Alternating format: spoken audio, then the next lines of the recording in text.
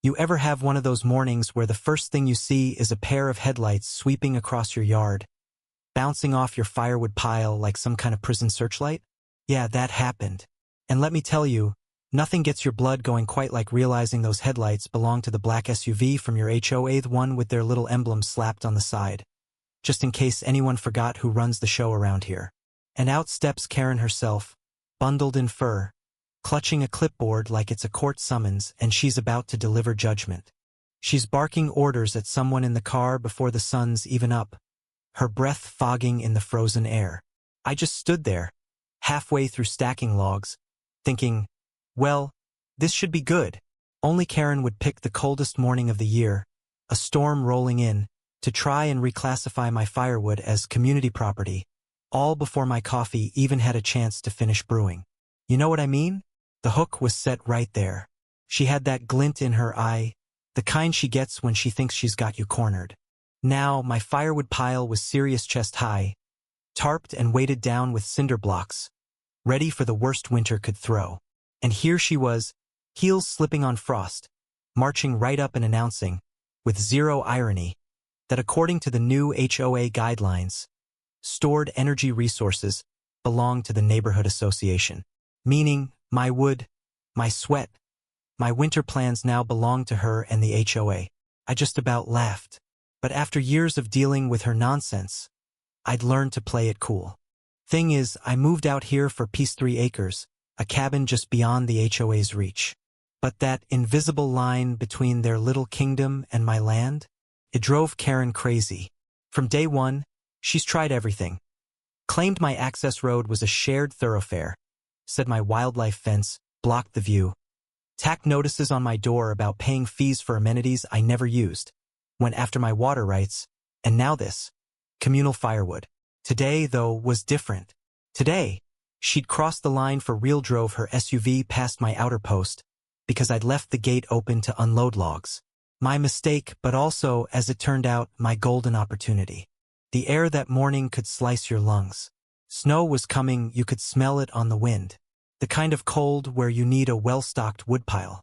Karen eyed my stack like a dragon with a hoard. She wanted inventory, said she had a team ready to redistribute my wood to needy HOA members. I peered past her team was her nephew and a neighbor, both sitting in the SUV, looking like they'd rather be anywhere else. I asked if she planned on moving hundreds of pounds of hardwood with that little car, or if she'd even brought gloves. She ignored me, just waved that clipboard like a sheriff's badge.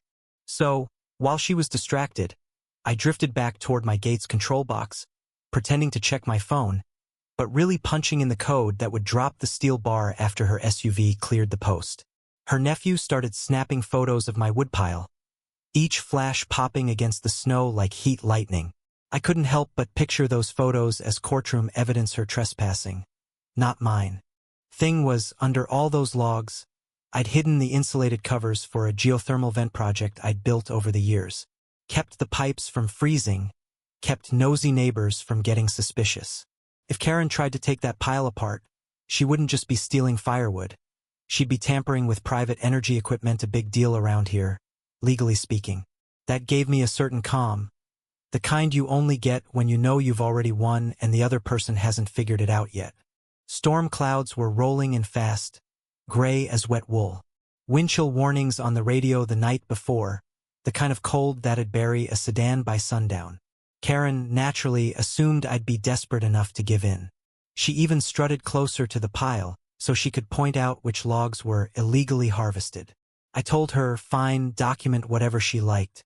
She sent her nephew back to the SUV for a tape measure. It looked like slapstick comedy, full-grown adults measuring wood in a blizzard while Karen's hair whipped her face, barking at her so-called team. Meanwhile, I finished stacking, brushed my hands off, and slipped inside my cabin. My stove was already burning bright, kettle whistling, every angle of the driveway streaming live to my wall monitor. I watched Karen jab at the tarp, try to tug it off, calling for help, still oblivious that the gate was now locked tight behind her. The snow was coming down harder by the minute. I remembered the first time I'd met Karen back at a HOA meeting when she tried to ban wood stoves for air quality, but really just to control how people kept warm. She'd said, We'll see how long you last out here without our help. Funny, because here she was now, out in the cold, entirely at my mercy. The cold isn't cruel. It's just honest. Doesn't care about bylaws. Doesn't care about community spirit. Cares if you're prepared. I sipped my coffee, watched her realize her car's heater wouldn't last forever. In another hour, I figured, she'd be knocking at my door. Out here, paper rules mean nothing against steel and ice. I could have called the sheriff right then, but honestly, I wanted her to feel the boundary, not just hear about it. 20 minutes later, Karen's nephew tried the gate. Wouldn't budge. She pointed at my cabin, probably rehearsing some lawsuit speech. But out here, the only thing that matters is county records and who's got the deed. I just sat back and enjoyed the show. You ever watch someone's confidence melt faster than snow on a stove? As the storm raged, Karen's SUV idled like a stranded ship. Every minute, the wind and cold became my allies. I thought about all the years Karen tried to rope me into her kingdom complaints about my access lane. Animal control called on my goats, threats to bill me for community benefits. Each time I pushed back, showed her the maps, the legal stamps. Each time she got angrier. Now, watching her pace and argue with her shivering nephew, I realized she'd been plotting this for months. The whole thing was almost a play and I was the only audience. The cold was impartial. It didn't care about who wrote the minutes or who sat at the podium. It just kept dropping degree by merciless degree. Later, I stepped outside for more firewood. Karen started shouting over the wind demands, threats, accusations. I just waved, kept walking. Back inside, I jotted down everything: times, temperatures, actions, just in case this ended up in court. The cameras caught every moment. Karen pulling at the gate, arguing with her board, looking more desperate by the hour. The snow kept falling. The SUV almost vanished in the grainy feed. Inside my cabin, everything was warmth and order. My geothermal system humming under the wood pile, the stove crackling, the world outside reduced to shapes on a screen. Karen had mocked my militarized gate. For years now, it was her cage. Out here, the only thing the sheriff cares about is the law. And I already had his number in my phone. Night came on fast, the snow swallowing the last of the daylight. Karen's crew was huddled in the SUV, running the heater, burning fuel they'd need to escape. I set a pot of soup on the stove, arranged my paperwork, and settled in for a long night. As the wind howled outside, I watched the flames and thought about how easy it would be to let anger take over. But I didn't want revenge. I wanted proof.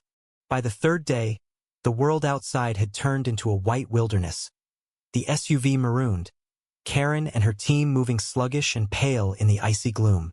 That morning, I watched on the cameras as Karen tried to start a fire in a bucket near the woodpile, set off my motion alarm. I yelled at her to stop.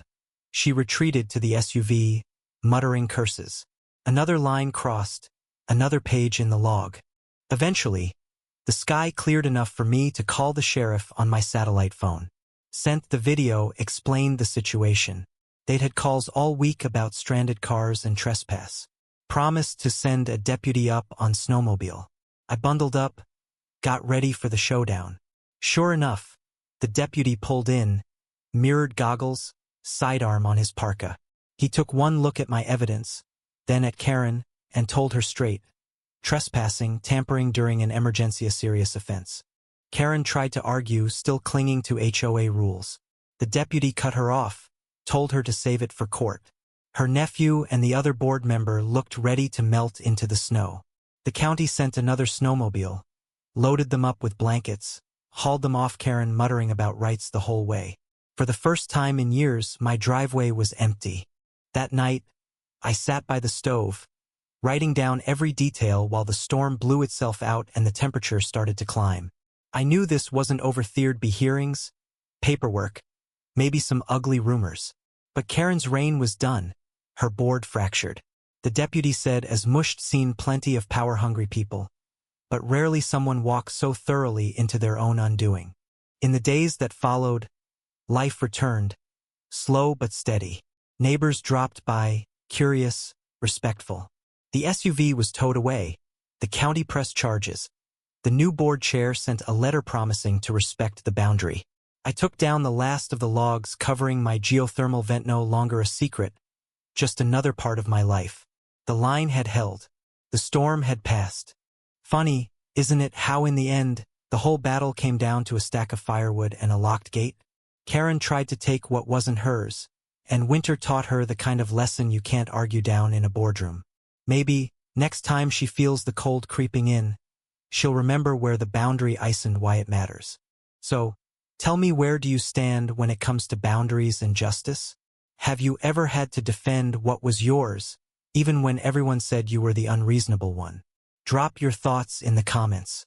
I want to hear your stories about HOAs, neighbors, or just the battles you fought for your own little piece of peace. Because out here, sometimes the best defense is a good boundary and a little patience when the storm hits.